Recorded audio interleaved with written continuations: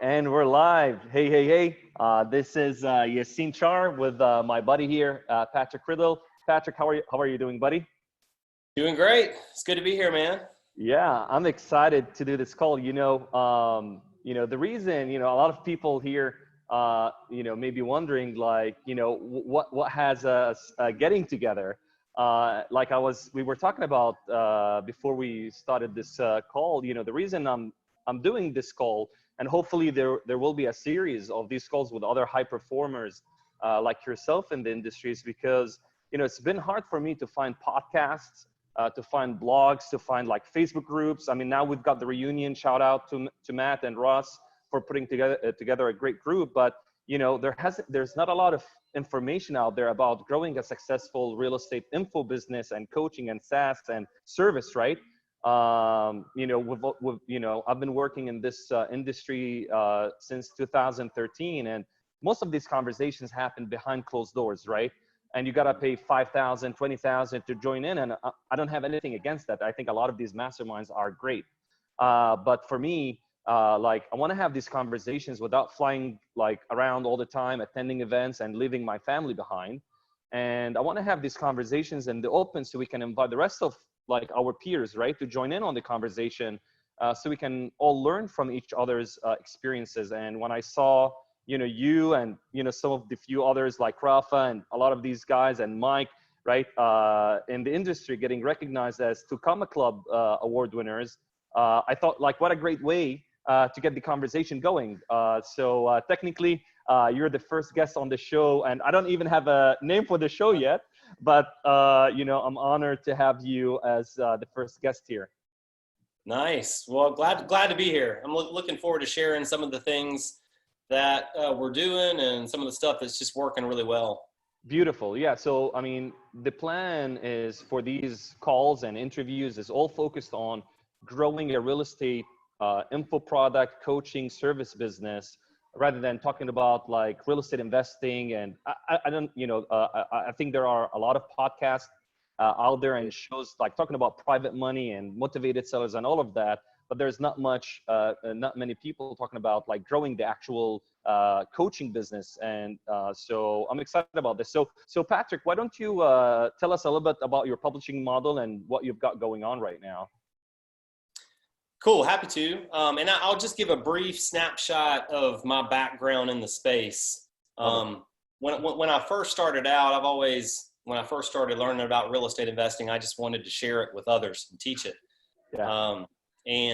So I started a blog in 2008, and after just putting out a lot of good content, I started connecting with others in the space, people like JP Moses, Trevor Mock. Trevor and I ended up going into business together, and I was really good at recruiting private money in the real estate business. So that was our first product that we rolled out. It was called Private Money Blueprint. And pretty much created a product line around private money for a few years there. Ended up buying Trevor out of the company, and he moved on and is destroying it with Carrot. Yeah. But like I ended up, like, at first in this business, all the products and services that we sold were Patrick Riddle as real estate expert. And I kind of felt that several years ago that I wanted to shift the company and build something that wasn't based on me, the guru and expert. So I did my first publishing deal where one of my students at the time, Justin Wilmot, had a product idea, and we ended up putting together our first publishing This 10-hour wholesaler, is it? Yep, that was the product name, 10-hour wholesaler. Yeah. And that pretty much was just the beginning of our shift to where we've come today. Like really, that was when, like 2016, 15? No, that was 2014, I believe. Okay. And with Justin, our real vision, I mean, he was investing and doing a lot there and wanted to get into the info business. And so the vision was just really the front end product. We created the product. My company, Awesome REI, handles the marketing, sales, fulfillment, support, financials, everything there. And then Justin was the expert and face behind the company. There wasn't any real vision beyond that. Right. But we rolled out the product. It did great, both for us and for Justin. A couple of years after that, we basically took the same little model with Justin and stamped it out with Sean and Tracy Flanagan. Had a course called Abandoned House Secrets. And since doing that course with Justin to today, we also tried a lot of different things. I mean, for a little while, we had a physical newsletter continuity program that we were fulfilling. We jumped into software, and we were developing new softwares and rolling them out and trying to grow them.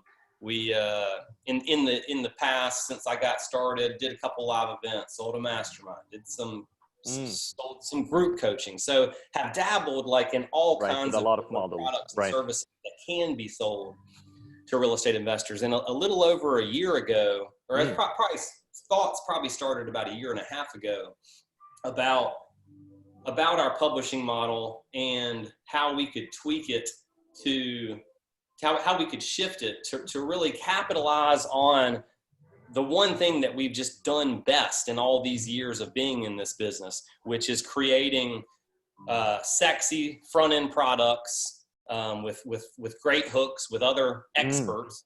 And we had the vision of seeking out people to work with that already have an existing business that have great back-end offers, webinar offers and coaching, whether it's sold masterminds, live events. And we were like, man, if we just double down on, like, looking back over the last 5 or 10 years even, and figuring out the one thing that we've done best, we then a year ago just cut out all the other things that we were doing that weren't just rolling out high quality converting front end products. We stopped selling and developing in-house software and stopped doing group coaching.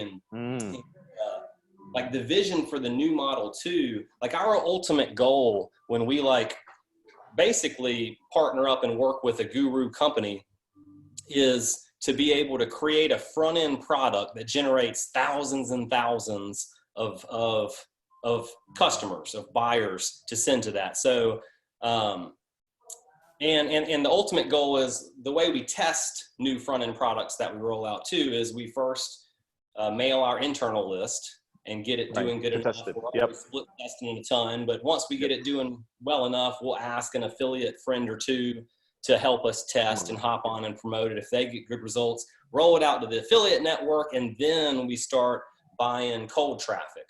And that's the ultimate goal. We want to be able to design front-end products, and we use VSL funnels. And a front-end product is usually, the goal there is to create a customer. To acquire a customer. It's like less than $100 on the front end. And so our ultimate goal is to create front-end products that we can scale on cold traffic and spend a ton of money.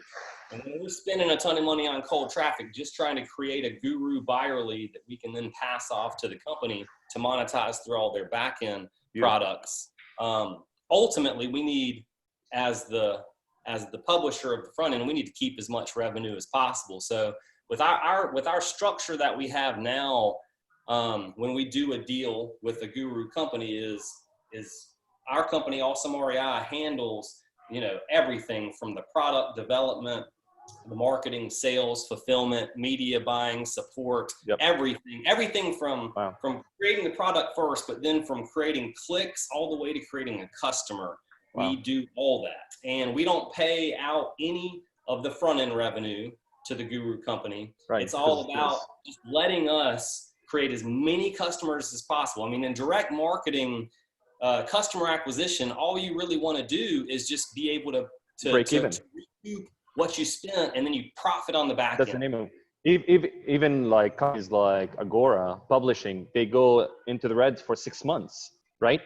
Exactly. Their CPA is like 6 months into the red because they know they've got a dialed in back end, and their customer lifetime value way exceed what they're paying upfront. So they're willing to like go into the hole for 6 months to acquire customers. So the customers, the most important thing you could have. So giving someone a customer is like, that's a big deal. And it's amazing that you do it from click to customer. That's like a dream come true And then service. then we just want to hand that customer off to the guru company and let them Beautiful. figure out the best way to monetize the buyer leads through their products and services that they offer. If they've got a sales floor, they're probably going straight to the sales floor. If they've got a good converting webinar, taking a sub $100 buyer to $1,000 buyer, and then maybe the coaching beyond that, however you might sell it, is a great escalation sequence. Like per our new model, we don't pay out on the front end so that we can ultimately scale the offer, be able to pay the most we can for a buyer lead and bring in as many customers as possible. And then on the back end sales, we get commissions on all the different back end sales that are created with a lead. And the first model of this that we rolled out was with Joe McCall last year. Yeah, the Z code, right? Yeah, the product's I promoted the Z code. Yep. The hook is how to earn income using Zillow without owning any properties. And ultimately, the strategy that's taught is lease options, because Joe's a big options guy. Yeah. But yeah, we've rolled that out with Joe, and it's been a big win. I mean, we've brought in probably over 6,000 customers now, maybe more. We're spending through warm traffic, through internal and affiliate traffic, usually our front end price is $97. But with cold traffic, we test lower price points, because usually lower price points convert better. With the Z code, the winner was $37 on the front end. All our upsell funnel is the exact same price point structure, but for cold traffic, we're charging $37 on the front end. And with that $37 VSL front end funnel, we're spending right around 50 grand a month right now between Google and Facebook. And we're pretty much, our ROAS is right around 100%. On day zero? On day zero? Like day 4 or 5, like when they've gone through our sequence of promo. So we're machine. Yeah, I mean, it's going well. Like that's just looking at spend and revenue. Beautiful. Like for January is 113%, but that doesn't account for refunds, which through cold traffic are higher than you're going to have higher. Yeah. And that doesn't account for our media buyer retainer and commissions. And so we're trying to do even better than that. We want to be at like it doesn't translate 40% ROAS or something. So we're straight up just clear. And you're doing the customer support, right? And you've got the fulfillment, you've got the servers, you've got content creation, you've got employees, and video production and ad production and creative, and there's a lot of cost involved in fulfilling on a front end offer, not just the marketing but the fulfillment. Well, and like, you've got all the, our staff and our support and our, systems and all that. But like, once we start testing a new funnel, there are 3 areas that we're like, if it looks like it's a winner, that we're constantly working on. We're sending traffic. So we're hiring media buyers who specialize in different traffic. And then we're split testing and gathering data on the funnel to continually improve it. And then our copywriters are iterating, to try to improve things. And like we seriously leveled up our copywriting and media buying team. We have been over the last 8-10 months. And like since August, I've probably hired 8 different copywriters, plus I'm decent with copy, plus our CMO Matt's pretty good with copy. And so the letters that we've gotten to, the ones that are winners that we're doing well with, I mean, it's been a big team effort. It's not like, oh, let me just go hire this one copywriter and sit back and wait for the letter. It's been a lot of work, but the collaborative effort, like for some of our new funnels that we've rolled out, I've hired 2 copywriters out of the gates to both write letters, just so that we had 2 different things to test initially. Dude, but it's been way worth it. If you look at the like 800-pound gorillas, at least also in the old days, right? Like Boardroom, Phillips Publishing, right? Their highest paid contractors or people, right, are copywriters. Yeah. In fact, Marty Edelston was down to his like last $3,000 or something, and he hired Gene Schwartz to write the ad for Boardroom, right? And so he, instead of like he didn't like go create a product. Literally, he didn't have he had the idea for a newsletter, physical newsletter, which started Boardroom.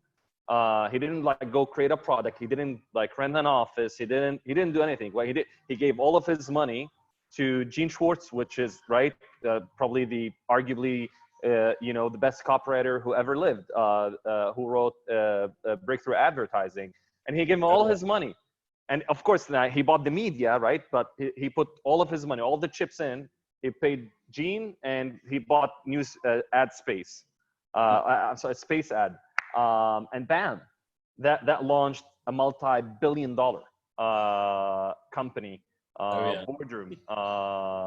And I don't know if you know Brian Kurtz, one of the most generous people I've ever met, who's carrying on the legacy of Boardroom and what they've done there. But copywriters, man, how important a copywriter to the success of a front end offer, Patrick? It's, well, first off, like one thing that I've learned over the last year is like, great copy won't help a mediocre offer. Like nothing. That's a great insight. Nothing will help a mediocre offer. So first, you got to make sure that you've got an offer that is new, that is positioned as a new opportunity. Yep. It needs to be different. You need to have a pretty good grasp of what else is sold in the market, so that you can differentiate it and have some kind of unique mechanism to what makes the new opportunity work. Yep. And different. Yeah. There are three things generally, why people don't buy. You're either, selling something that they don't want, right? That doesn't solve like hair on fire problem or urgent need. Two, they don't trust you or trust your claims, right? It's like, they're calling BS on what you're saying. Three, they can get it anywhere else, right? There's no unique mechanism. There's nothing different about it. It's a commodity. And number three, right, is having something different and unique is why a lot of offers just fall flat. Make money in real estate without your credit stuff. Like I've heard it before, right? You got to come out with something unique. So tell me a little bit about what makes a great offer converts, and like how do you uncover what's unique about product, because it's pretty, right? So do you spend a lot of time research? So what does your process look like when you're crafting a front end offer? Yeah, it's been interesting with how with how many new offers we've created in the last year and a half. Like at the end of 2018, we created an offer that we ended up not being able to do well with. And then last year we created 3 new front end offers, and then we're in the middle of one right now that we're sprinting to be ready by March 1st. And so just in this last year and a half, I've learned a lot. With Joe McCall's offer, like the first thing that I did, like we pretty much wanted to create the 3-step ascension with him. We knew he had his webinar that converts good, and he had his $10,000 coaching. And so, the webinar is what price point is the webinar? $1,500. Okay, so 1,500, then 10,000. Okay, back then. Okay. Yeah, and we basically just wanted to create that 3-step ladder. And so, did he have a front end? Did he have a front end at the time? He's got a free plus shipping book offer. Okay. But really, like, even if any company in our space has front end offers of their own, it doesn't mean they shouldn't. You can never have too many. You can't have too many front end offers. and that works. The kind of offers that we're creating, like with guys, I mean, they would have never come up without us. Like with Joe Z-Code, I dove into his webinar. That's where I went for the source material to find an idea. And a lot of times we'll just try to splinter off one little piece of the bigger offer. And like either looking first at like a lead source. What's a sexy lead source that's used has been one way that we've found ideas. Another way that we found ideas is like, could we package part of the process and still make it appealing and sexy? And another thing just in the past months that I've really realized is not only diving into someone's source material to just comb through it all and look Right. for the idea, but also just going straight to the proof. Where is the proof? Like, you can have, and there's different types of proof. There's guru proof, and then there's credentials and testimonials, right? And like ideally you got both, and you don't always have that scenario, but ideally you have both. And ideally too, you've got past, present, and ongoing proof. You know, if all you have is past proof, you can still make it work, but it's so much easier if you have guru and student proof, past, present, and ongoing. Because more and more in today's world, like people are just looking for any little way that they can be like, nope, this guy's lying. That's not true. You know, they're just trying to poke a hole in it. And so having like proof on top of proof on top of proof is awesome for the marketer and copywriters to be able to go to work and write the kind of copy that's going to sell. Gary Bensavenga says you can't have enough proof, right? Like, it's not about like, should I add 5 testimonials or 10, or it's like the more proof you have in there, the better. And most of his control sales letters that lasted for years and years, he almost always starts with proof, right? Like a quote or like a customer testimonial, or he leaves like, like a doctor, this ex-doctor discovered and MD, and he's got these awards and Nobel Prize, and right. So he always led with proof, because people are, as you said, they're looking for a way to not discredit you, but to call BS, right? On what you're saying. Because reason not to believe you. There you go, right? They're looking for a reason to mentally opt out and not believe you, and just click on that X button and shut down, and right? Or they're like, that deal was from 6 months ago. It probably doesn't work today. You know, it's. I mean, more and more, that's the way it is. Well, and let me mention this. Like with the product that we did with Cam Dunlap's company, that we rolled out last fall. Josh Brown works with him and is a partner with Cam. Josh is a close friend that lives in Charleston here, and all of last year we were planning on doing a deal, and I kept trying to figure out what the heck to make the product about, and I was struggling. They had a new webinar offer coming out called Trifecta, which is primarily software driven. And diving into their Trifecta webinar and looking for the product idea and just thinking about how to structure something, I struggled and didn't come up with an idea for months and months and months. And then last summer at some point, I was like, I mean, their software is really cool, the Motivated Seller Data Feed, and it's got all different kinds of types of leads. So I was trying to find like a sexy lead to pull out and build something around. I finally was like, where's the proof for Cam? And it's with their funding, their transactional funding. They're closing deals all the time. And they've got, and they know what the student made on the deal. They've got both HUDs. They've, and so then I also, like with their Trifecta webinar, the sexiest new thing with that offer was the Motivated Data Feed software. Before that, years before, the sexiest part of their webinar in previous forms, a couple forms prior to that, was their no-fee funding, transactional funding they launched years ago. And so I was like, man, what if their Trifecta webinar offer is the Ascension offer after purchase? And what price point is that? What's that? What's the price point? It's $1,500, I think. Okay. But I was thinking, since their no-fee funding is no longer like the sexiest driver of sales for that webinar, why don't we create a scaled-down version of that just gives them a piece of it, and not the full thing? So what we ended up doing is we were like, okay, we want to create some kind of offer where we can use all the proof of their transactional funding deals. And we want to scale it down. Like on their webinar, they give access up to 1 million, unlimited access of the use of that transactional funding for a year. So in our front end offer, we're like, all right, let's just give them one deal funding certificate for only up to $600,000. It'll still be the no fee, no interest, no points funding. And on the front end, we'll include that. So for less than $100, you can get a legit transactional funding deal through our offer funded without Beautiful. any interest or points. And so that as an offer is So you're selling a certificate, not an info product? Well, I mean, we just, it's one of the deliverables. We just call it a deal funding certificate that's good for your next transactional funding deal.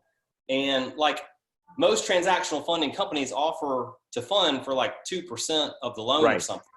Like we're giving it to them for less than $100. Like we're legit doing one transactional funding deal for them. So talk about like, you need a sexy offer. That's a pretty sexy offer, but I didn't want it to be pigeonholed in funding. I didn't want it to just be a funding offer. So we're like, well, Cam's one of the biggest things he teaches on is vacant houses. And I've done a lot of test marketing in the past around those keywords and stuff and knew we could drive a ton of clicks. And so we're like, here's what we'll do. We'll wrap vacant houses around the funding so that it'll be a broader offer. So that it won't be a fund, like nobody that buys their first real estate investing product buys a funding product. They buy a how to make money. Bam. Whatever. So we wrap, so in essence, the course teaches how to find and flip vacant houses and gives you the funding you need for your next deal. Bam, baby. Bam. Bam.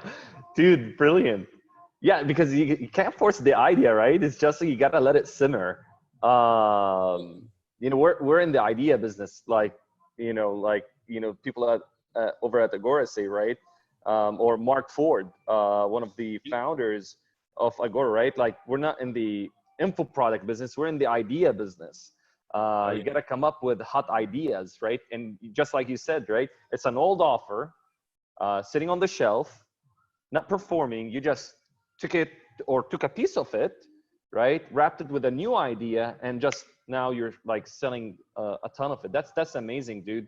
And it's a testament to your willingness to just stay on it, right? Because a lot of people just like, no opportunity, but it just shows why probably you've got a lot of things going for you. That's why you're successful. But one of the things is probably because you persevere and you just, right? You keep running those ideas through your head to come up with something at the end of the day.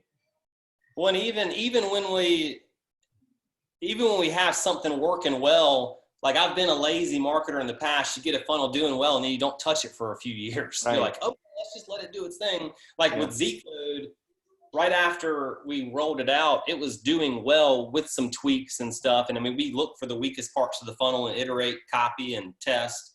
But then I hired a whole nother copywriter, Nathan Jurwitz, to come in and just write a letter from scratch. And he came in and wrote a killer that gave us a real solid bump on the front end. And we were already doing well. And like for Vacant House Bank, with Cam as the expert, we rolled it out internally, and we're always testing, and we usually let me say this too, right when we roll out a product, I'm always disappointed with the results. Like day one, I'm just like, oh, am I an idiot? Does this even make sense? Like, do I know what I'm doing? Like I have all these questions, but then we go to work and we get it there. We look for the weakest parts of the funnel. Sometimes it's relatively small things to take something from what the heck to, man, this is exciting. It's not about finding the right thing. It's about making the thing right through iteration, experimentation, right? Yeah. Oh yeah. It really is. And with Vacant House Bank right now, that VSL funnel is doing well. We're probably around 1,800 buyers. Beautiful. And we're to the point where we just kind of pushed it out to our affiliate network, and we're about to start buying cold traffic. We just hired a media buyer specifically for YouTube. We got a couple meetings coming up where we're looking for somebody for Facebook, and then Beautiful. But check this out. Like, so that funnel's doing well. The current messaging and hook and everything is really geared more to people already in real estate. And so we hired the most expensive copywriter I've ever hired. And for the first time, we're if his becomes the control, we'll pay a royalty as well. I never paid a royalty to a copywriter, but it's been a 2-month process. Like, we hired a guy specifically to write a letter to appeal to the unaware prospect for cold traffic, for, to appeal to any financial buyer. And through the third variation that I just got back, maybe Friday, when I saw it, I was like, holy crap, this is good. And I've sent it by a few people, and there are a few good marketers, and the response is similar. I can't wait to test this thing, but I think, I don't even think anything, because most of the time, if I think something's going to crush, bombs. Yeah, you never know how it's like the market. Everyday life. But I'm super excited, and it's just been it's a lot just about testing. I'll test any copywriter, media buyer coming up. We just want to continually improve our funnels. And love it. I want to jump into hiring copywriters and maybe talk a little bit about traffic and media buying. But before we jump off the offer topic, you've got a track record rolling out, slam dunk front end offers. Like, what do you see some of like the biggest mistakes people do when rolling out front end offers? A lot of people's copy, either in their ads or on the first page of their funnel, whether it's a webinar registration page or a landing page or whatever. I call it blah, blah, blah copy. It's the same thing you've heard a billion times. How to flip your first house in X days or less without cash or credit. Come on. You got to come up with something unique and different. Anything. So that's one of the things that stands out for sure. Beautiful. What are some other mistakes you've seen with the way people roll out the offers or position the offer by media? What are some of the other mistakes that you notice? Offer mistakes goes back to one thing I said earlier, where like no like fancy upsell funnel or A-list copy is going to save a mediocre offer. It's going to save an offer that's just the same old thing, or nothing special, nothing different than what's already out there. Like I think a big mistake too is what I did for many years, which was try out a lot of different things. Maybe I needed to do that, different, types of products and services to sell. Maybe I needed to do that to get to the point. But when you're, we're selling this continuity program, and then we're selling this software, and then, let's do group coaching and try events and all over the board. Like, every one of those things is hard to really crack the code on, dial in and become a master, become an expert at it. And so, so I think that we're seeing the success that we have over the last year, and the success that we're about to see because of all the things we stopped doing. Wow. Specialization. So even the difference between a VSL funnel and a webinar. Like, I don't have any confidence in our ability to create a crushing webinar. But with what we do now with our front end product, sub $100 VSL funnels, I've got all the confidence in the world that we can crush it. Beautiful. It's like, beam of light, right? If you focus it on one point, right, you'll have fire. But try to diffuse it, right? You'll never start a fire. Well, and here's another mistake is not having like an ascension ladder. So why is that important? Can you like dig deeper there? Well, because the name of the game is customer acquisition and just being able to recoup your spend, Right. in a reasonable amount of time to be able to bring a customer on. And then if you don't have good offers on the back end to then profit from, then it makes it really, really tough. And like for years, like we did really well with the Justin Wilmot 10-hour wholesaler and the Sean Flanagan Abandoned Secrets, but there wasn't any other vision beyond that to ascend like the Justin Wilmot buyers to $1,000 Justin Wilmot course to a $10,000. You had a product, you didn't have a business. Yeah, exactly. And I mean, we made it work for a while, but just by really promoting, our other internal offers and affiliate offers. But for a few years there, the profit of our company was pretty much all coming from our affiliate revenue that went to the bottom line. All of our front end funnels and what we were doing pretty much just paid for the business. Beautiful.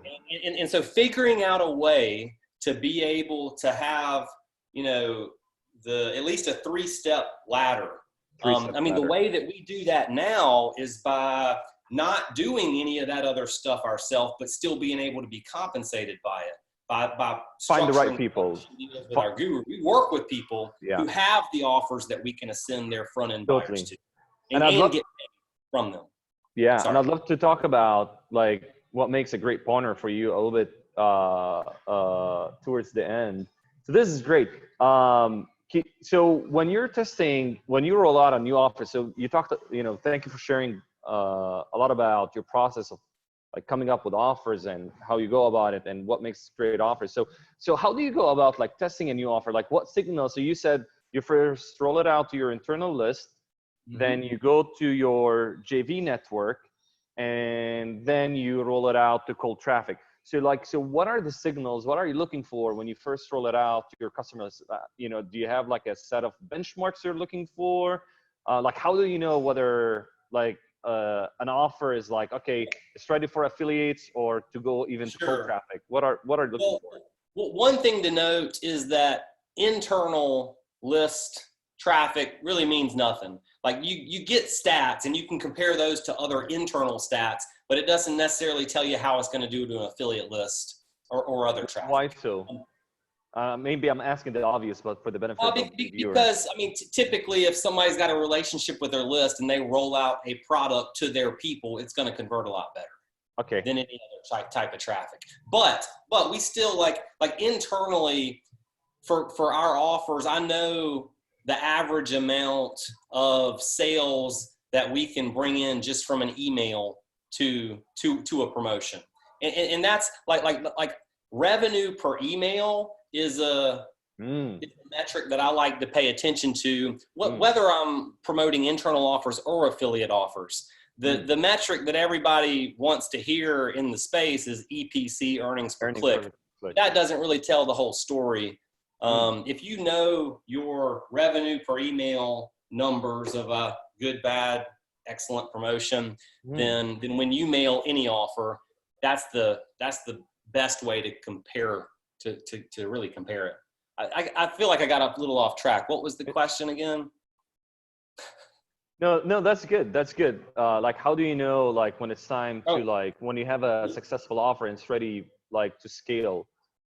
Well, like, internally, we'll send an email to it, and for how long do you test it? Like, internally, do you like give it like a specific time?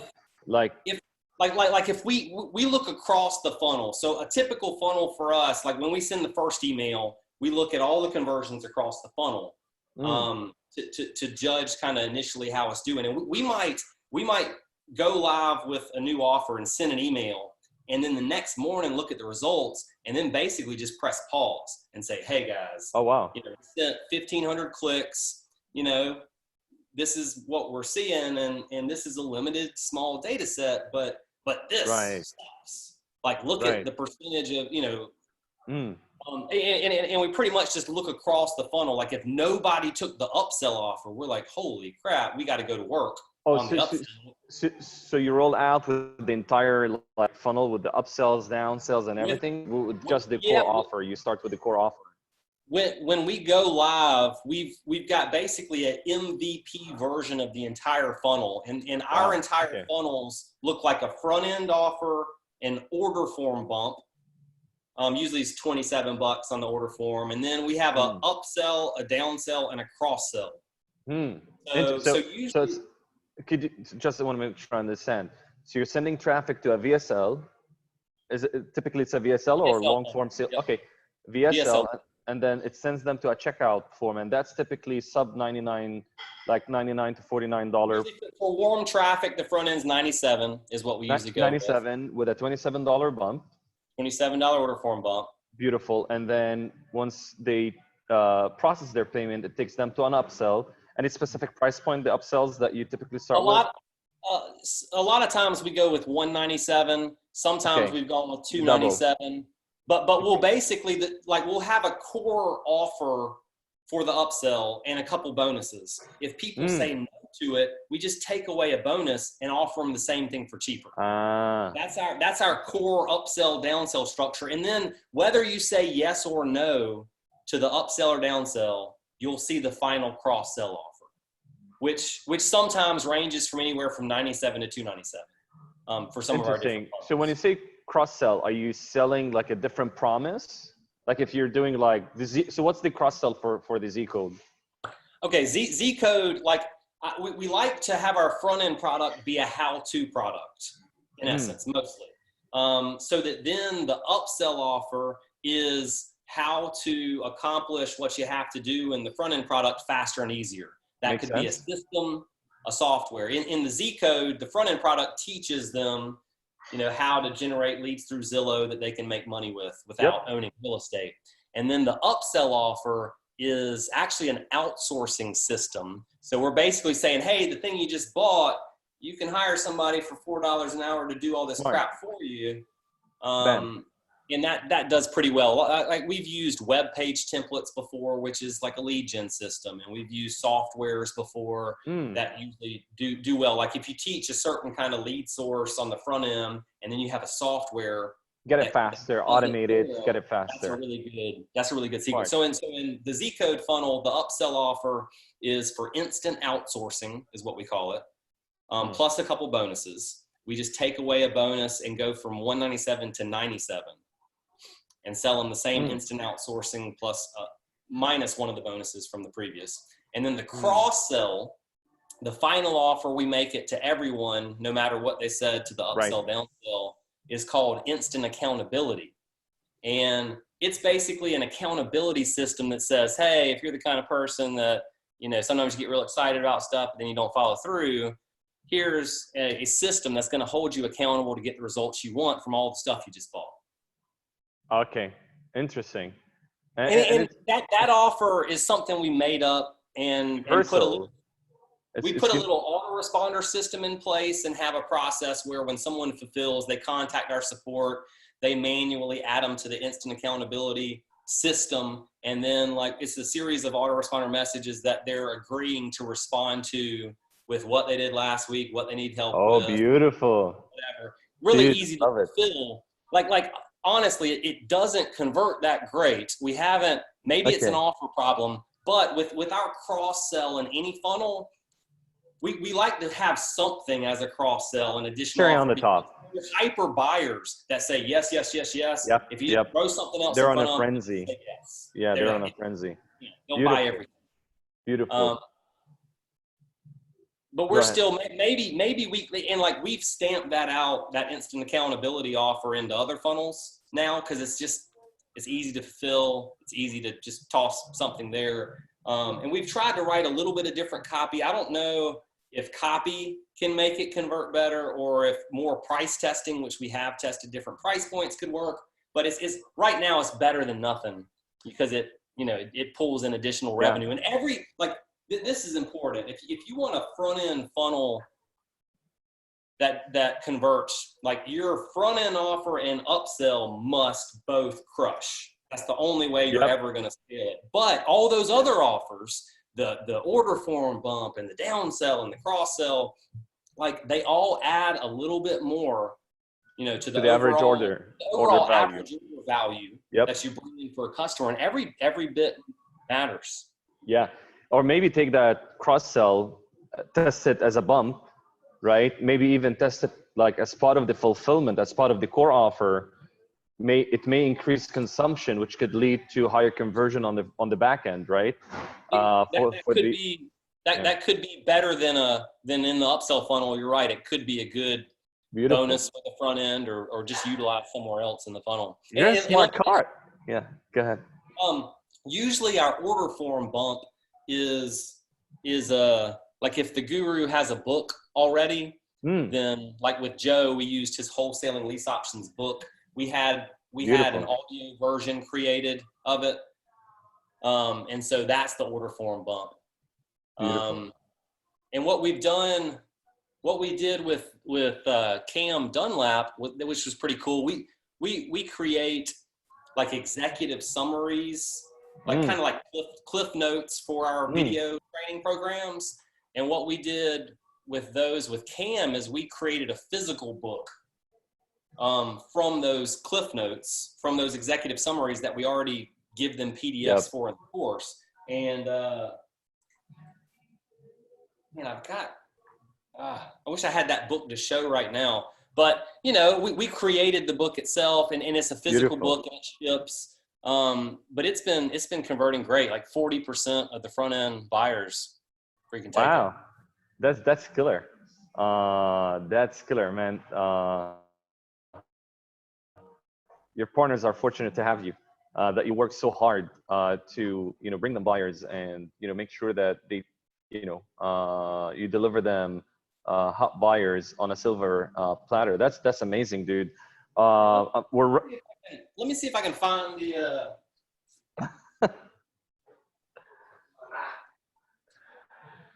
All right. We're the nerds here, nerding about this stuff. It's pretty cool. Yeah. The package.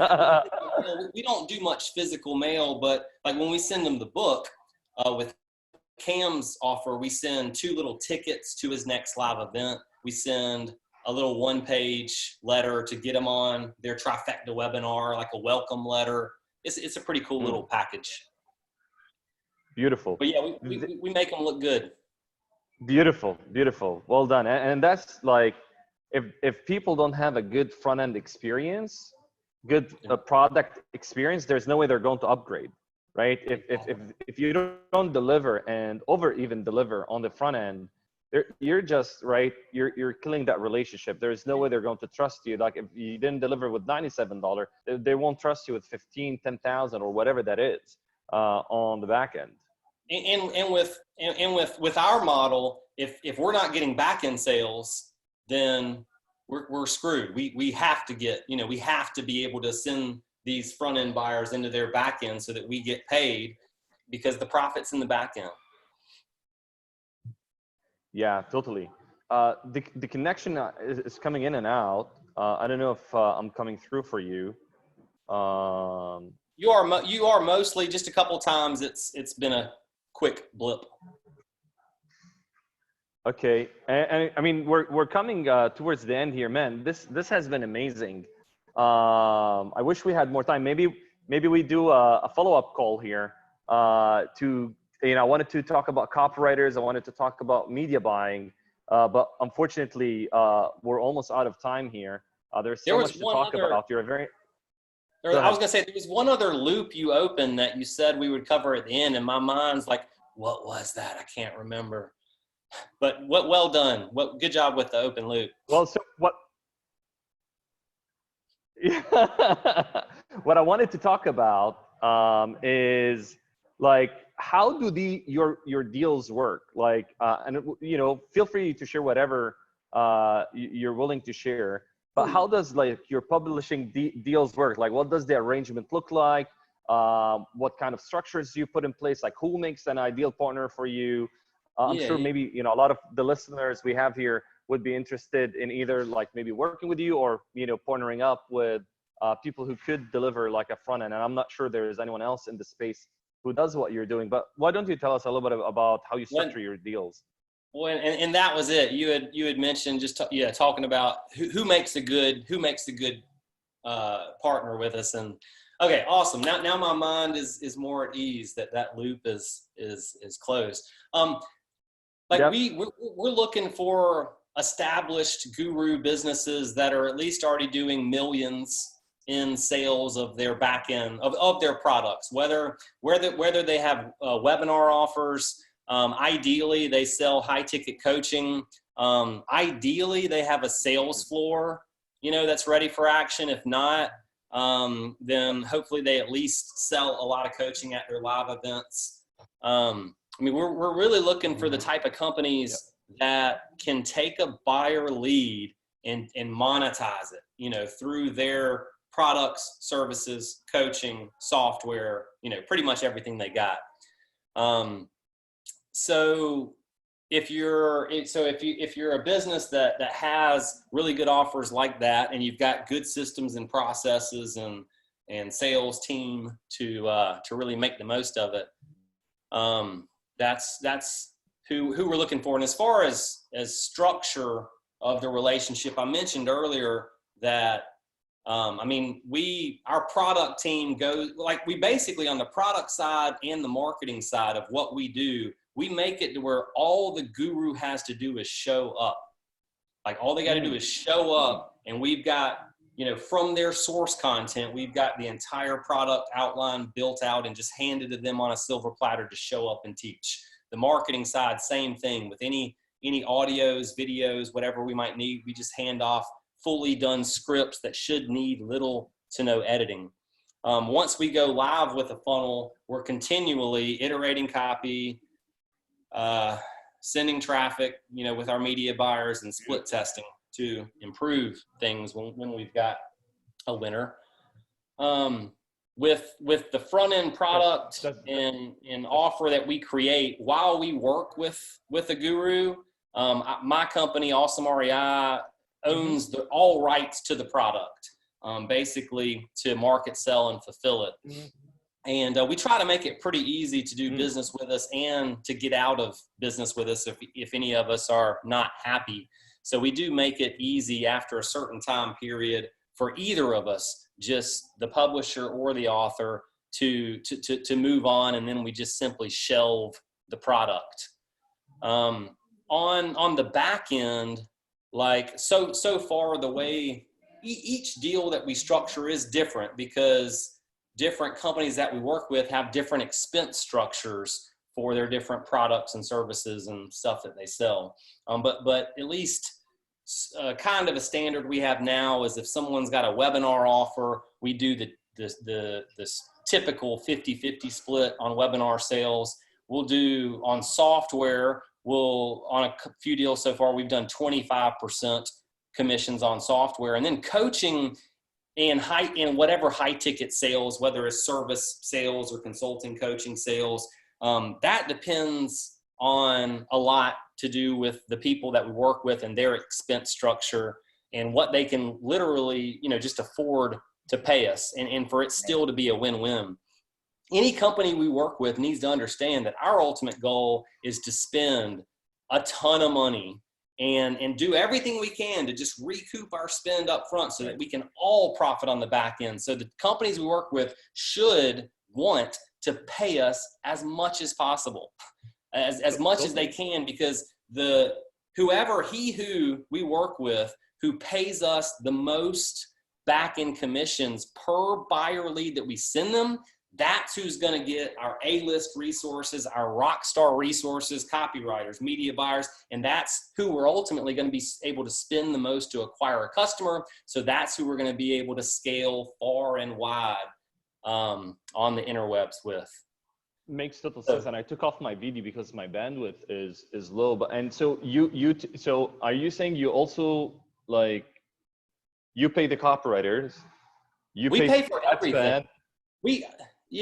Currently, like, and this is probably a past thing. So if you're listening to this at some point and we charge for what we do, we should already be charging. But in essence, once we put together a publisher deal with someone in the past, this is past tense, we haven't charged them anything up front or anything per month. And we pay for everything, that we have to with our product team and support and, everything. But the hugest expenses that just go out the door are our copywriters that we're continually paying and our media buyers that we're paying. So we're we've got a lot of expenses. That's why it's so important that we work with companies that know what to do when we hand them a buyer lead and can monetize them very well and pay us.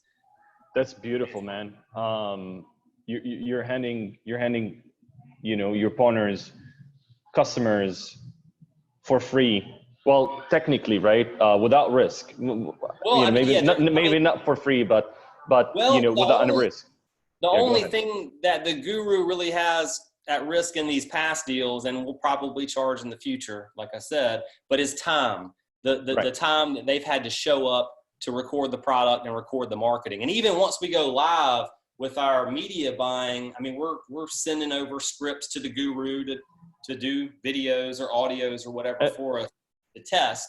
But I mean, we're handing over the toughest thing to do in direct marketing is to acquire a customer and be able to to what you spend. And so we're doing that for companies.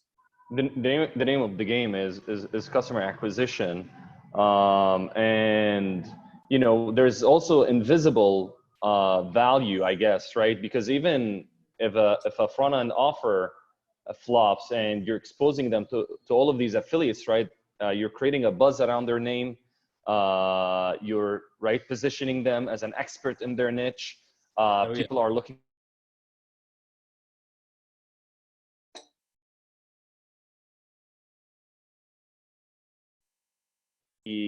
directly translated to a sale, right?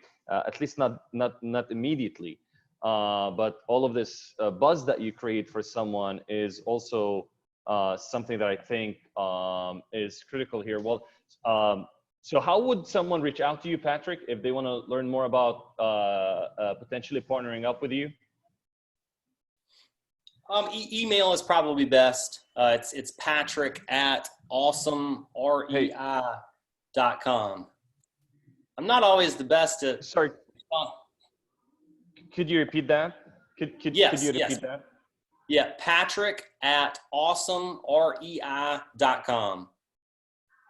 Beautiful. And sorry for the connection issue here. I'm in the Philippines right now, so gotta take what you get. Patrick, this has been an awesome interview, and what a first episode. I'm so honored to have you as our first guest, and we're starting off this show with a bang, because there's nothing more important than you can get all the leads in the world, right? But until someone votes with their wallet, really, I don't know what dollar value you can put on a lead that never pulls out a credit card from their wallet. So I think this was the right kickoff for the show, and I'm so grateful to you, buddy, for being an open book here and answering all the questions. And I'm looking forward to future episodes that we could dive into maybe specific front ends and talk about copywriters and talk about media buying, and especially with Facebook, and everything is changing, and they're changing their policies almost every day. And YouTube, right? That's the hot new channel, YouTube. Everyone is jumping on YouTube. So I'm excited to talk to you about all of these other topics in future episodes. Appreciate you, buddy. It's a pleasure to be here. I love talking about what we've been talking about, and it's probably obvious. I probably cut you off too many times and just blabbed on for a while when you probably wanted to ask some questions. But it's been fun. I've enjoyed it. Thank you. I told you this before we started recording, but I've kind of been in a cave for a long time, and it's good to get out and do an interview like this. It's been fun, man, and I'll be happy to come back. Yeah, beautiful. I have a big sticker on my computer say, ask a question and shut up. Because I'm known, when I start talking, I never shut up. So it's like, I made sure that because this is right, all about you, all about the guests. So I want to make sure that, you get the time. And I think you've added a lot of value by sharing with us. So I appreciate you, buddy. Thank you. We'll see ya.